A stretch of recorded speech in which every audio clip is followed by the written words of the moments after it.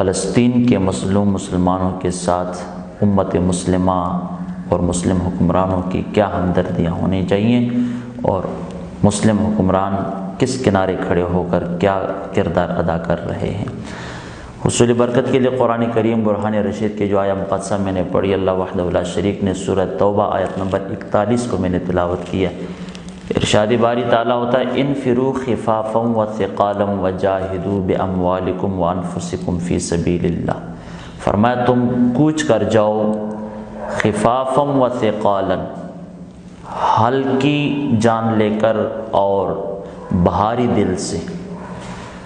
وجاہدوا باموالکم وانفسکم فی سبیل اللہ، اور اللہ کی راہ میں نکل کر جہاد کرو اپنے مال کے ساتھ اور اپنی جانوں کے ساتھ۔ ذالکم خیر لکم ان کنتم تعلمون، فرمایا کہ اگر تم جانو اس بات کو تو یہ تمہارے لیے بہتر ہوگا، تمہارا کوچ کر جانا۔ یہ جہاد فی سبیل اللہ کی فرضیت پر دال ہے یہ آیہ مقدسہ۔ اللہ وحدہ لا شریک نے یہ حکم فرمایا ہے کہ جب اسلام کو، اہلیان اسلام کو تمہاری مدد، تمہارے تعاون کی ضرورت پڑے تو پھر نہ اپنے ہلکی جان کو دیکھنا ہے نہ بھاری بوجھ کو دیکھنا ہے۔ اگر اختصار میں عرض کر دوں تو امام رازی رحمۃ اللہ تعالی علیہ نے تفسیر کبیر کے اندر خفافاً اور ثقالاً کے بہت سارے معنی بیان کیے، ان میں سے چند ایک آپ حضرات کے سامنے رکھنا چاہتا ہوں۔ وہ یہ ہے کہ فرمائے انفروا خفافا وثقالا، تم کوچ کر جاؤ، راہ خدا میں جہاد کرنے کے لیے نکلو، اسلام کی سربلندی کے لیے اور مظلوم مسلمانوں کی مدد کے لیے، تعاون کے لیے نکلو، کوچ کر جاؤ۔ خفافا وثقالا، تم مالدار ہو تب بھی، غریب ہو تب بھی، طاقتور ہو تب بھی اور کمزور ہو تب بھی، تم بیمار ہو تب بھی اور تم صحت مند ہو تب بھی، تم بہادر ہو تب بھی، تم بزدل ہو تب بھی، تم جس حال میں بھی ہو، پیدل چل کے جا سکتے ہو یا سواری پر سوار ہو کے جا سکتے ہو، تمہارے پاس ساز و سامان جہاد کے لیے ہے یا نہیں، زاد راہ ہے یا نہیں، تمہاری وہاں تک رسائی کسی بھی ممکن طریقے سے، بہرحال المختصر یہ ہے کہ خفافا و ثقالا، ہر حال میں تم نے اسلام کی سربلندی کے لیے، مظلوم مسلمانوں کی مدد کرنے کے لیے راہ خدا میں کوچ کر جانا ہے۔ اور یہ ذالکم خیر لکم ان کنتم تعلمون، اگر تمہیں یہ بات سمجھ آ جائے تو مسلمانوں یہ تمہارے لیے بہتر ہے۔ تو حضرت علامہ اسد اللہ خان صاحب قادری چشتی دامت برکاتہ القدسیہ، اب دیکھنا یہ ہے کہ بالخصوص فلسطین کے مسلمان کتنی اذیت، کتنی تکلیف، کتنے مشکل میں ہیں، مشقت میں ہیں۔ وہ جو ان کی ملبے تھلے دبے ہوئے معصوم بچوں کی سسکیاں، وہ آہو پکار، وہ چیخیں اور وہ ماؤں کے گودوں سے بچوں کا جدا ہو جانا، اور دودھ پلاتے بچوں کو مائیں اپنی چھاتی سے جدا کر رہی ہیں، اور وہ دودھ پیتے بچے اور بچیوں کی چیخ و پکار، اور نوجوانوں کے جسم کے ایک حصے کا کٹ جانا، اور پورا ملبہ فلسطین کا جو ہے وہ جو ہے اس وقت مظلوم مسلمانوں کے خون سے جو ہے رنگین ہو چکا ہے۔ اور ایک طرف دیکھیں تو امت مسلمہ کے جو لیڈران ہیں، حکمران ہیں، وہ کس دہانے کھڑے ہو کر تماشا دیکھ رہے ہیں، کس خاموشی کے ساتھ وہ تماشا دیکھ رہے ہیں۔ اللہ وحدہ لا شریک نے ایک اور مقام پہ ارشاد فرمایا، ارشاد باری تعالیٰ فرمایا وَمَا لَكُمْ لَا تُقَاتِلُونَ فِي سَبِيلِ اللَّهِ، تمہیں کیا ہو گیا تم اللہ کے راہ میں جہاد نہیں کرتے، لڑائی نہیں کرتے۔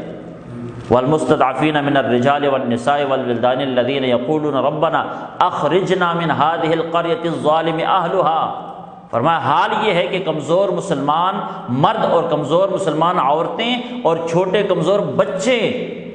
وہ سسک سسک کے یہ آوازیں دے رہے ہیں کہ ربنا اخرجنا من هذه القرية الظالم اهلها، اے ہمارے پروردگار ہمیں اس بستی سے نکال کہ الظالم اهلها، جس بستی کے رہنے والے ظالم ہیں،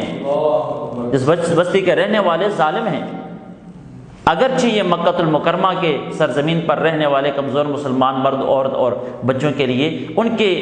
حوالے سے یہ آیت کا نزول ہے، لیکن اگر دیکھیں قرآن کے اس مفہوم کو سامنے رکھیں اور پھر ایک نگاہ فلسطین کے مظلوم مسلمانوں کی طرف کریں تو کیا فلسطین میں وہ جو جابر اور ظالم بسنے والے، کیا ان کا ظلم اپنا برپا نہیں کر رہے؟ کیا مظلوم مسلمانوں کی سسکیاں وہاں نہیں نکل رہی؟ کہاں مرد عورت اور کمزور بچے وہاں سے یہ آوازیں دے دے کر نہیں پکار رہے امت مسلمہ کو کب آئے گا محمد بن قاسم؟ کہاں ہے صلاح الدین ایوبی کے جانشین؟ کہاں ہے منیر الدین زنگی کے جانشین؟ دوستو احباب، بات یہ ہے کہ امت مسلمہ کا یہ حق بنتا ہے کہ ہر مظلوم مسلمان کی مدد کی جائے۔ اور مسلم حکمران کیا کر رہے ہیں؟ تاریخ کو اگر دہرائیں تو جب پاکستان کو ایٹمی طاقت اللہ نے بخشی تو اس وقت ترکی نے للکار کے کہا تھا، فلسطین نے اسرائیل کو للکار کے کہا تھا کہ خبردار آج کے بعد میری آنکھ ہماری طرف مت دیکھنا، مسجد اقصیٰ کی طرف، اس لیے کہ اب ہم مسلمان ایٹمی طاقت بن چکے ہیں۔ جن کو اتنی آس تھی، اتنی امید تھی، اتنے اپنے اس پر پر امید تھے کہ اب پاکستان ہماری پشت پناہی کرے گا، پاکستان ہماری سربراہی کرے گا، اور اللہ رب العزت پاکستان کے ذریعے امت مسلمہ کو عروج عطا فرمائے گا۔ لیکن آج ملک پاکستان ہو یا ایران ہو یا ترکی ہو یا دیگر ممالک، اسلامی ممالک، وہ کیا کر رہے ہیں؟ میں تو صرف اتنا کہوں گا کہ ہر انسان اپنے گھر میں بیٹھ کر خاموش تماشائی بن کر دیکھ رہا ہے، لیکن فلسطین کے مظلوم ماؤں کی وہ چیخ و پکار آسمان سے ٹکراتی ہیں۔ وہ جو ننھی سی بچی ملبے تلے سے نکالی جاتی ہے اور پھر وہ یوں دونوں ہاتھوں کو بلند کر کے آسمان کی طرف چیخ و پکار کر، یا اللہ تیرا صلاح الدین ایوبی کب آئے گا،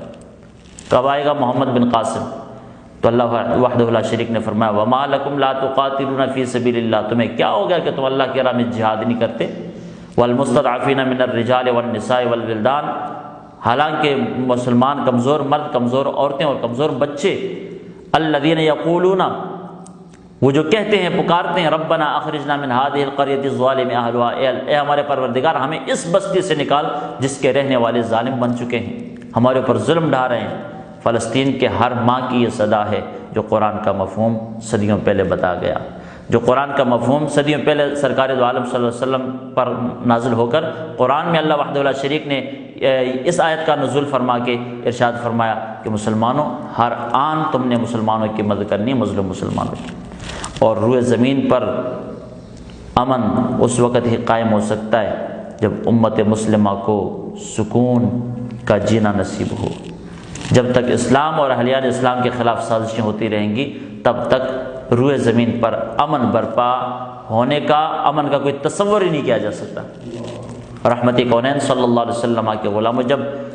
یہ سورۃ توبہ کی آیت نمبر 41 کو حضرت انس بن مالک فرماتے ہیں کہ ایک مرتبہ حضرت ابو طلحہ انصاری رضی اللہ تعالیٰ عنہ آپ نے سورۃ توبہ کی تلاوت فرمائی، جب آیت نمبر 41 پر پہنچے انفروا خفافا وثقالا، تو حضرت ابو طلحہ انصاری خاموش ہو گئے، خاموش ہو کر اپنے بیٹوں سے فرمایا، اپنے بچوں سے، اپنی اولاد سے کہا کہ میرے لیے ساز و سامان تیار کرو جہاد کا۔ بیٹوں نے کہا ابا جان بات یہ ہے کہ آپ تو محمد مصطفیٰ صلی اللہ علیہ وسلم کے ساتھ کئی غزوات میں شامل حال رہے، آپ نے حضرت صدیق اکبر رضی اللہ تعالیٰ عنہ کے ساتھ جنگوں میں ساتھ دیا، حضور کا ظاہری وصال ہوا، صدیق اکبر کا دور آیا، وہاں آپ نے جنگوں میں شامل رہے، پھر وہ بھی حتیٰ کہ انتقال کر گئے، فاروق اعظم کا دور آیا، وہاں بھی اپنے جہاد اور میدان جنگ میں آپ رہے اور اسلام کی سربلندی کے لیے ان کا انتقال ہوا۔ اسی طرح چلتے چلتے ابا جان اب بات یہ ہے کہ تم آرام کر لو اور تمہاری جگہ جہاد میں ہم شرکت کریں گے۔ اولاد نے ابا جی سے کہا، حضرت ابو طلحہ انصاری رضی اللہ تعالیٰ عنہ آپ کی آنکھوں میں آنسو آ گئے اور فرمایا بیٹا میں جو کہتا ہوں میرے لیے ساز و سامان تیار کرو، اور پھر آپ نے ساز و سامان کے ساتھ ارادہ جہاد کے ساتھ آپ سمندر میں اترے اور کئی عرصہ تک آپ سمندری جو طیاروں کے ذریعے اس وقت جو ہے آسائش جو تھی سہولیات اس کے ذریعے آپ اسلام کی سربلندی کے لیے جہاد کرتے رہے، حتیٰ کہ آپ سمندر ہی میں آپ کا وصال ہوا اور 7 دن بعد آپ کا جنازہ مبارک ملا، اہل خانے کے حوالے کر دیا گیا۔ تو وہاں پھر 7 دن بعد وہ 7 دن تک سمندر میں رہنے والا جسم حضرت ابو طلحہ انصاری کا فرماتے ہر آن خوشبو مہک رہی تھی، وہ خوشبودار جسم تھا، وہ صحیح سلامت جسم، اور 7 دن بعد ان کو تدفین کے لیے پھر ایک جزیرے میں جگہ ملی، وہاں آپ کے اہل و عیال، آپ کے اہل خاندان نے ان کو آپ کی تدفین فرمائی۔ تو جذبہ جہاد صحابہ کرام ہمارے نمونہ ہیں، تابعین تبع تابعین ہمارے لیے نمونہ ہیں۔ حضرت نبی پاک صلی اللہ علیہ وسلم کا فرمان علی شان ہے، حضرت ابو موسیٰ اشعری رضی اللہ تعالیٰ عنہ آپ روایت کرتے ہیں، فرماتے ہیں نبی علیہ ان رسول اللہ صلی اللہ علیہ وسلم قال المؤمن للمؤمن کالبنیان یشد بعضہ بعضا وشبک اصابعہ، فرماتے ہیں ابو موسیٰ اشعری کہ رسول اللہ صلی اللہ علیہ وسلم نے ارشاد فرمایا کہ مومن دوسرے مومن کے لیے اس عمارت کی طرح ہے کہ جس کا بعض حصہ بعض کے ساتھ جڑ کر وہ عمارت مضبوط ہو جاتی ہے۔ دیواریں بنتی ہیں، اینٹ سے اینٹ ملتی ہے، بلاک سے بلاک آ جاتا ہے، جناب والا لوہے سے لوہا ٹکراتا ہے، اس میں جوڑا جاتا ہے، اس طرح وہ عمارت مضبوط ہوتی ہے۔ سرکار دو عالم صلی اللہ علیہ وسلم نے ارشاد فرمایا کہ مومن مومن کے لیے اس عمارت کی طرح ہے جو عمارت آپس میں بعض حصہ بعض کے ساتھ، اور پھر فرماتے وشبک اصابعہ، حضرت ابو موسیٰ فرماتے سرکار نے یوں اپنی انگلیوں میں انگلیاں ڈالی، فرمایا یوں دیوار بن کر عمارت مضبوط ہوتی ہے، اس طرح پوری دنیا کا مسلمان ایک جسم کی طرح ہے اور یہ اس عمارت کی طرح مانند اس کے مانند مضبوط ہے۔ لیکن کہاں گئی آج امت مسلمہ؟ چند عرصہ قبل کشمیر میں مظلوم مسلمان تھے، پاکستان تماشائی بن کر دیکھ رہا تھا، پوری امت مسلمہ دیکھ رہی تھی۔ پھر برما کے مسلمانوں کی حالت ہمارے سامنے ہے، پھر افغانستان کے مسلمانوں کی حالت ہمارے سامنے ہے، پھر اب شام کے بعد جو ہے فلسطین کے مسلمانوں کی حالت ہمارے سامنے ہے۔ لیکن یہ فرض بنتا ہے امت مسلمہ کا، مسلم حکمرانوں کا، اپنے مال کے ذریعے، اپنے جان کے ذریعے، اپنے وقت کے ذریعے، اور آقا علیہ الصلوۃ والسلام نے ارشاد فرمایا میرے اور آپ جیسے کمزور لوگوں کے لیے سرکار نے فرمایا کہ للغازی اجرہ وللجاعل اجرہ واجر الغازی، متفق علیہ حدیث مبارکہ۔ سرکار دو عالم صلی اللہ علیہ وسلم فرماتے ہیں، عبداللہ بن عمر رضی اللہ تعالیٰ سے روایت فرمایا کہ غازی کے لیے جو جہاد کرنے والا ہے اس کے لیے صرف اس کے جہاد کا ثواب ہے، وللجاعل اجرہ واجر الغازی، فرمایا جو ایک غازی کو تیار کرتا ہے، چاہے ساز و سامان دے کر، چاہے اس کو ٹریننگ وغیرہ دے کر، تربیت اس کی کر کے، جہاد کے لیے اسے ابھار کر تیار کر کے ایک مجاہد تیار کرتا ہے، فرمایا مجاہد کے لیے صرف جہاد کا ثواب ہے اور اس کی تیاری فرمانے والے کے لیے جہاد کا بھی ثواب ہے اور اس کو تیار کرنے کا والے کے برابر ثواب، اس پر ڈبل ثواب اللہ وحدہ لا شریک اس کو اجر عظیم عطا فرمائے گا۔ اللہ وحدہ لا شریک کے بارگاہ میں التجا ہے کہ مالک ارض و سما امت مسلمہ کو بیدار فرمائے اور پوری دنیا کے مسلمانوں مظلوم مسلمانوں کی غیبی مدد فرمائے۔ اب کس منہ سے ہم غیبی مدد مانگیں حضرت؟ امت مسلمہ کے پاس ہر طرح کی طاقت ہے، ہر طرح کی آسائش ہیں، ہر طرح کے وسائل موجود ہیں، لیکن اس کے باوجود مظلوم مسلمان کونے کونے میں بیٹھ کر یہی دعا کرتے ہیں یا اللہ غیبی مدد فرما، یا اللہ غیبی مدد فرما۔ کس منہ سے ہم اللہ سے مانگتے ہیں؟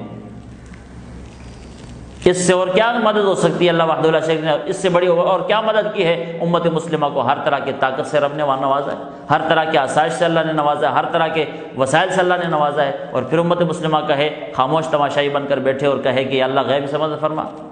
میں تو سمجھتا ہوں کہ یہ دعا رب سے کہنے میں بھی ہمیں حیا آنی چاہیے، اور اللہ وحدہ لا شریک وہ غیور ذات ہے، وہ کبھی بھی امت مسلمہ کو اور مسلم حکمرانوں کو اس بات کی معافی نہیں دے گا۔ جب فلسطین کے مظلوم مسلمان جب تک پستے ہیں اور پستے رہیں گے اور امت مسلمہ خاموش رہے گی تو پھر امت مسلمہ پر دن آئے روز یہ وبال، یہ عذاب، یہ پریشانیاں